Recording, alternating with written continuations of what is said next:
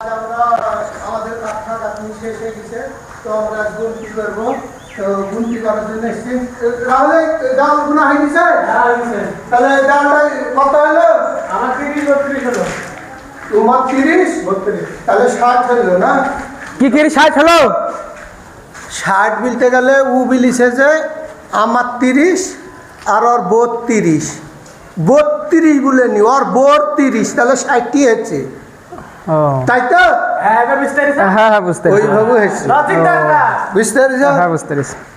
তো 60 ইন্টু এটি তোমার কটা হয়েছে? এটি হলো 505টা। কত হয়?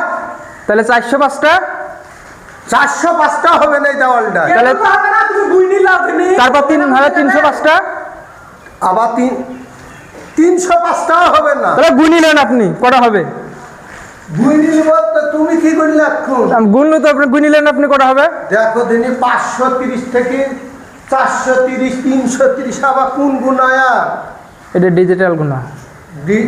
কি ডিজিটাল গুণা? ডিজিটাল গুণা। গুণের আপনি গুনিলেন। তাহলে এইখানে 1 2 1 2 3 4 5 6 7 8 9 10 11 12 13 14 15 16 17 18 আর এই লাইন কত আছে? 14 18 কে 14 দিয়ে গুণ মারো তো। 18 কে 14 দিয়ে গুণ করো। 18 ইনটু 14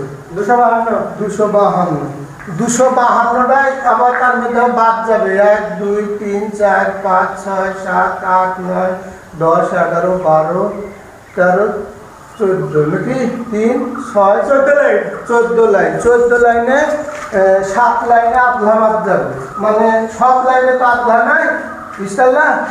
তার লেগে 1 লাইন 7 লাইনে আধা 7টা বাদ যাবে। 238, হ্যাঁ 238 এবার ঠিক হলো। 238 ঠিক আছে।